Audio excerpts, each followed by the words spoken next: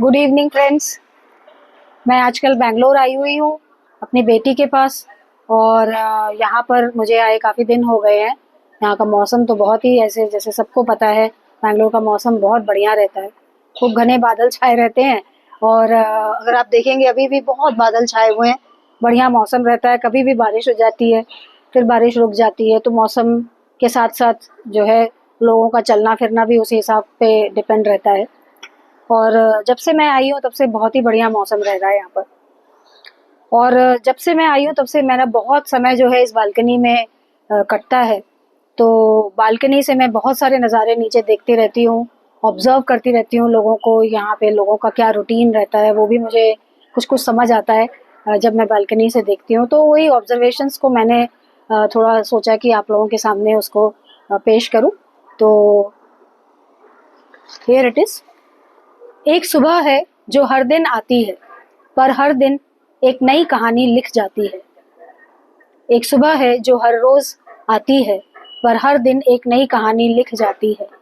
मैं अपनी बालकनी में खड़ी हूँ और हर रोज की जानी पहचानी भागदौड़ को चुपके से देख रही हूँ। मैं यहाँ पे आके और बालकनी में खड़ी हो जाती हूँ। यहाँ से बहुत सारे नज़ारे नीचे दिखाई देते हैं और बहुत मन लगता है मेरा यहाँ पर। तो मैं अपनी बालकनी में खड़ी हो जाती हूँ और हर रोज की जानी पहचानी भागदौड़ को चुपके से देख रही हूँ।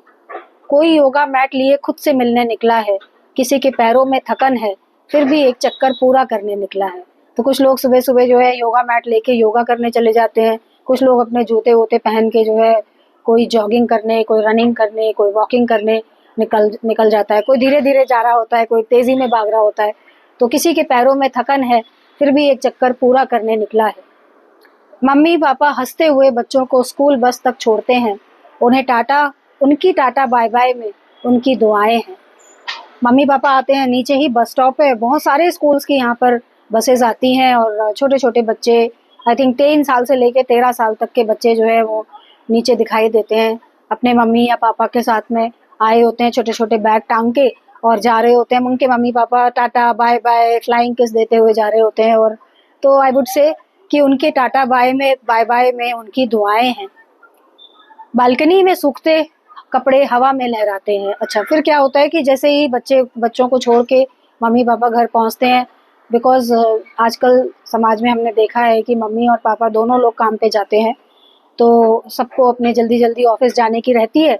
तो रहती ही होगी, तो मैं तो यही ऑब्जर्व करती हूँ कि थोड़ी देर में कपड़े जो हैं वो बालकनी में आ जाते हैं।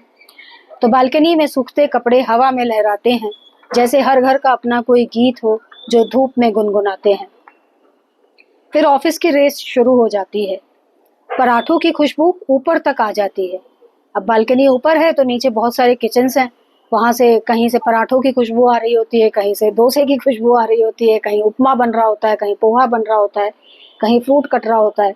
तो पराठों की खुशबू ऊपर तक आ जाती है और उसी खुशबू से मैं भी डिसाइड करती हूँ कि आज मुझे क्या खाना है।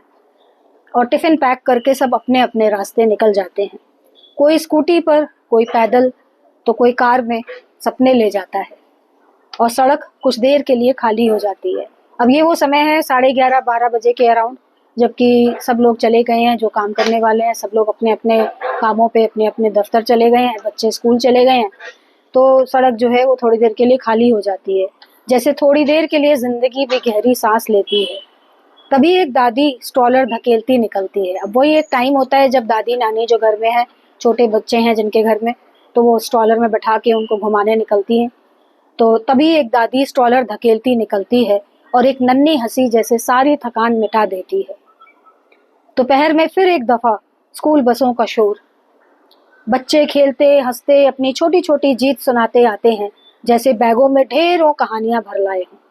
अब जब मैं यहाँ पे आती हूँ करीब 3-3:30 बजे, तो देखती हूँ फिर से स्कूल बसों का शोर शुरू हो जाता है, जैसे कि सुबह था। और सब लोग, मम्मी या पापा, उनको लेने आए होते हैं बस स्टैंड पे। और बच्चे जो है एक दूसरे को धकेलते हुए, हंसते चिल्लाते हुए वहां से उतर रहे होते हैं अपने बैगों के साथ, जैसे कि बैगों में ढेरों कहानियां भर लाए हैं। माँ एक हाथ में छोटू और दूसरे में बड़ी की कहानी, और बीच में एक मुस्कान, जैसे पूरे दिन की मेहनत का इनाम मिल गया हो। यहाँ मैंने माँ बोला है, लेकिन पापा भी आते हैं लेने के लिए। तो किसी किसी के पापा आते हैं, किसी की मम्मी आती है, किसी की दादी आती है, किसी की नानी आती है।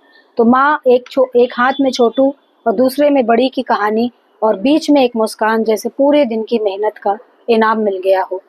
और वो आती हैं अपने बच्चों को लेने के लिए स्कूल से, उनका बैग उठाती हैं और बच्चे उछलते कूदते अपने घर जाते हैं। शाम ढलती है, मैं फिर बालकनी में लौटती हूँ। स्विमिंग पूल में छलांगों की आवाज़ है। अगर आप देखेंगे तो यहाँ पीछे एक स्विमिंग पूल है ये, और स्विमिंग पूल में जो है वो स्विमिंग पूल इस सोसाइटी का नहीं है, ये बाहर का है, बट यहाँ से बालकनी से बहुत अच्छा व्यू है उसका। तो स्विमिंग पूल में छलांगों की आवाज़ है, यहाँ क्लासेस भी चलती हैं सुबह और शाम में।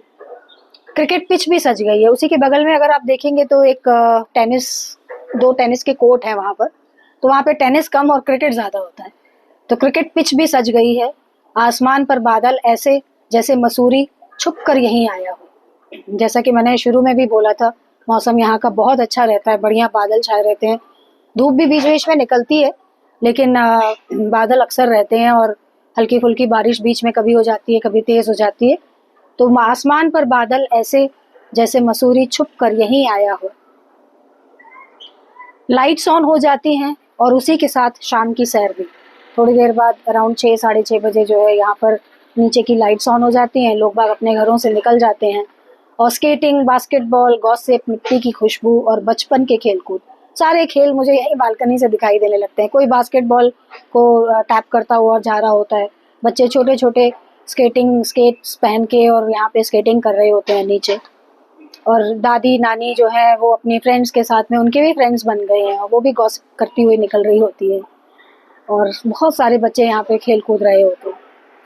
एक शाम में कितनी कहानियाँ होती हैं, और जब अंधेरा उतरता है सब अपने अपनों के साथ घर लौटते हैं, लेकिन एक सुकून के साथ कि कल फिर नई सुबह आएगी।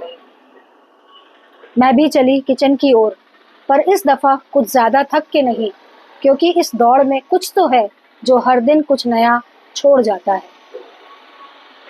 मैं भी जो है शाम को फिर 7 बजे तक बालकनी से अंदर चली जाती हूँ और देखती हूँ कि भैया चलो अब चलें किचन में, देखें क्या करना है। जिंदगी दौड़ रही है, भाग रही है, पर हर मोड़ पर एक खूबसूरत लम्हा छुप कर हमें देख रहा है।